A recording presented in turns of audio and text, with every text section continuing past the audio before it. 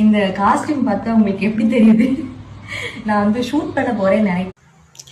அம்மா தாயே, நீ சமைக்க போ இல்லை சாவ போ, நீ எங்கே வேணாலும் போ. இந்த காஸ்டியூம் பார்த்தா எப்படி தெரியுதுன்னு நீ கேட்ட கேள்விக்கு என்னது விஜய் மாடல் அரசாம், விஜய் மாடல் அரசு விஜய் தான் இப்படிலாம் போட்டு உங்களை சமைக்க சொன்னாரோ?